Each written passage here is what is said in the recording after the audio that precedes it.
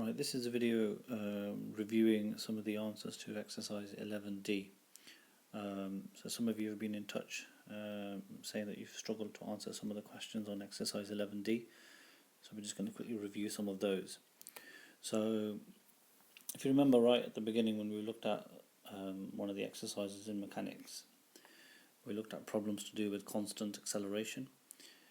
If the acceleration is going to be constant, it means that we can use the Suvat equations to solve those types of problems. However, if acceleration is not constant, in other words it's variable, it means displacement, velocity and acceleration will be given as a function of time.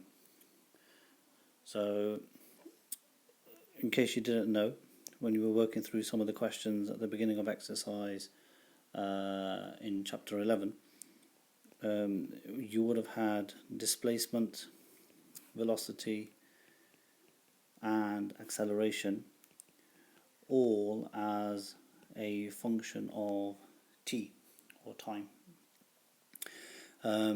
So if you have displacement in terms of t, then we need to be able to do something with it to be able to work out an expression for velocity in terms of t, and also work out acceleration in terms of t. And we've also got to be able to work backwards. Acceleration, we need to be able to obtain velocity from acceleration, and also we need to obtain displacement from velocity. So there was an easy way to do that, and that was, if we know what displacement is in terms of t, we can obtain velocity in terms of t simply by differentiating it. So if we differentiate displacement in terms of t, we will obtain velocity. Similarly, we can obtain acceleration from velocity by finding the derivative of the velocity function in terms of t. So if we differentiate velocity, we obtain acceleration. Similarly, when we work backwards, if you're given acceleration as a function of time, we can obtain velocity simply by integrating.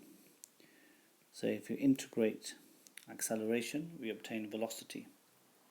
And similarly, we can obtain displacement from velocity simply by integrating once more. So in some of the questions that you're going to be doing in exercise 11D, you would have to integrate, or you may need to differentiate. You may need to integrate twice to obtain displacement from acceleration, or you may need to differentiate twice to obtain acceleration from displacement. Just remember, when we are integrating, you will always have a constant of integration, and depending on the information that's given in the question, you will be able to determine what the value of that constant of integration is going to be. So let's start off with question number 7. This is what somebody's asked me about. Okay, so question number 7 reads, a particle is moving along the x-axis and at time t seconds the velocity of the particle is 4t minus t squared. So let's just jot that down. So we're going to say, well, the velocity of the particle is going to be 4t minus t squared. So v is equal to 4t minus t squared in the direction of x increasing. X, what's x? X is going to be the distance of the particle from its starting point. And where is it starting? It's going to be starting at the origin. So part A of the question says we need to work out the value of x. So in other words, we need to work out what the distance of the particle is going to be when the particle is going to be at rest. And we need to work out, first of all, the value of t for when the particle is going to be at rest. Well, when the particle is going to be at rest, we know velocity v must be equal to 0. So when is the particle going to be at rest?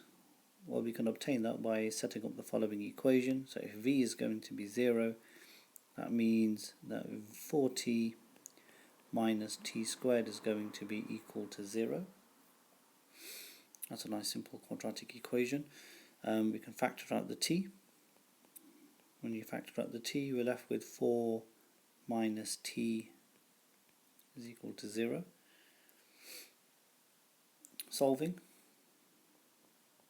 we'll get t is equal to 0, and we will also get t is equal to 4. Part A of the question, when t is greater than 0, well, in this case we're going to accept t is equal to 4 seconds. So when t is equal to 4 seconds, how far is the particle from its starting point? Well, in order for us to work out the value of x, in other words, in order for us to work out the distance that the particle is from its starting point when t is equal to 4 seconds, we need to integrate. So if you look at the little diagram at the top of the page, if you're given velocity as a function of t, we can work out the displacement simply by integrating velocity to obtain displacement. So let's go ahead and integrate. So let's just drop a little margin over here. So we're going to say, well, displacement, which in this case is actually given by x, we can say is found by integrating velocity, and velocity is given by 4t minus t squared. We need to integrate with respect to t, so we'll put a dt at the end, and we'll now apply our normal rules of integration to integrate the following function.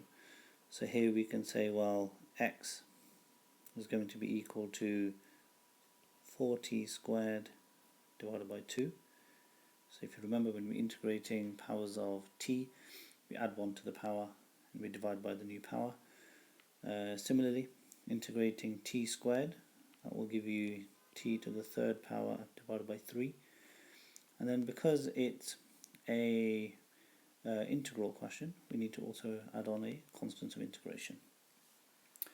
So this is your x. Might as well tidy it up while we're here as well. So 4 over 2 is 2, so that'll be 2t squared minus t cubed over 3 plus c. So we've got this constant of integration.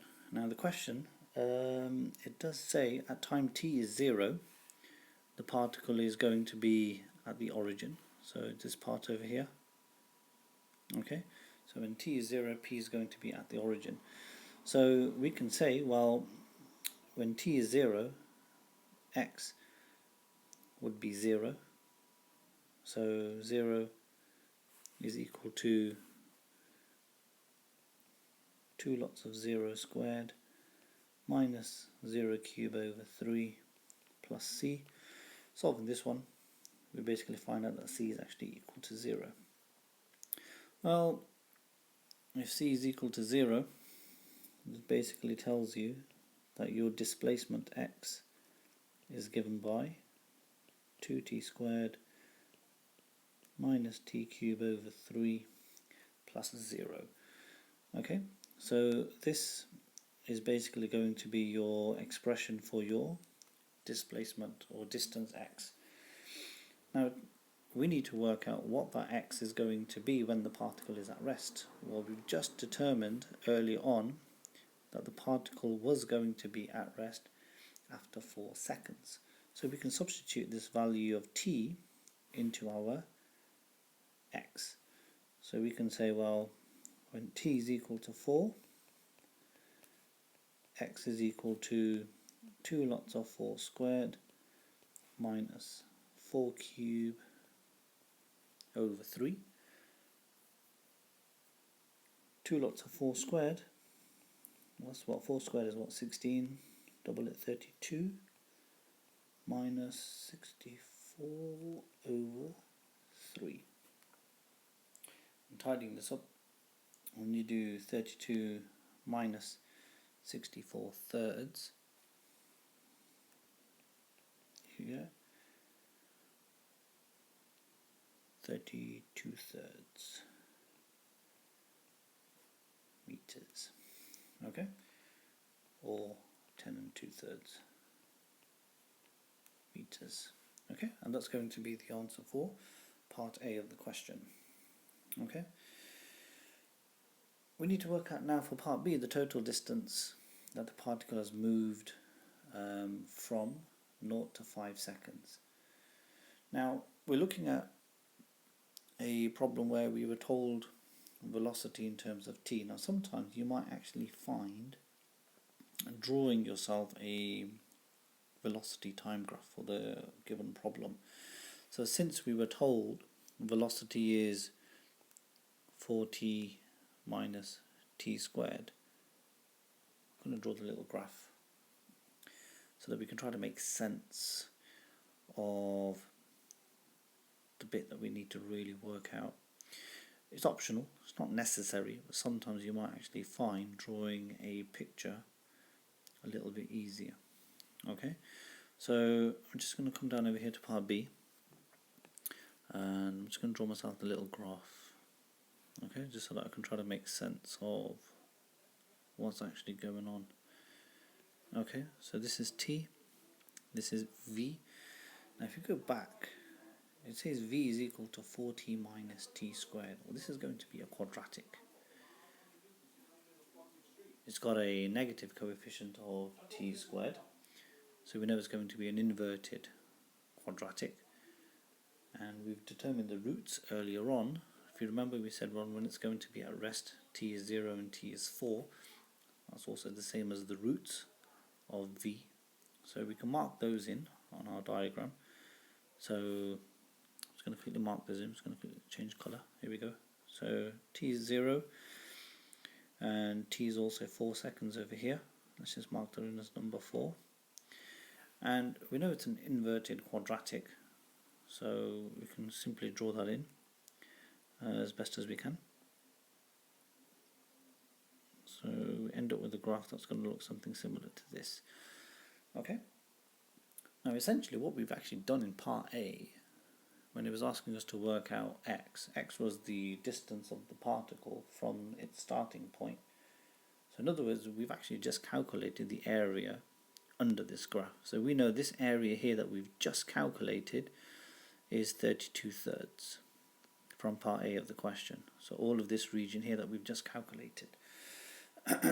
But part B of the question is saying calculate the total distance in the interval 0 to 5 seconds. So from 0 to 5 seconds you can see that the graph needs to continue going down. That's the way a normal inverted graph is going to behave for a quadratic. So we're going to carry on, okay, to the 5th second. So this is where t is equal to 5. Let's mark that in over here as well. Okay, so we need to work out this additional area that's underneath the x-axis, which I'm going to mark in green over here.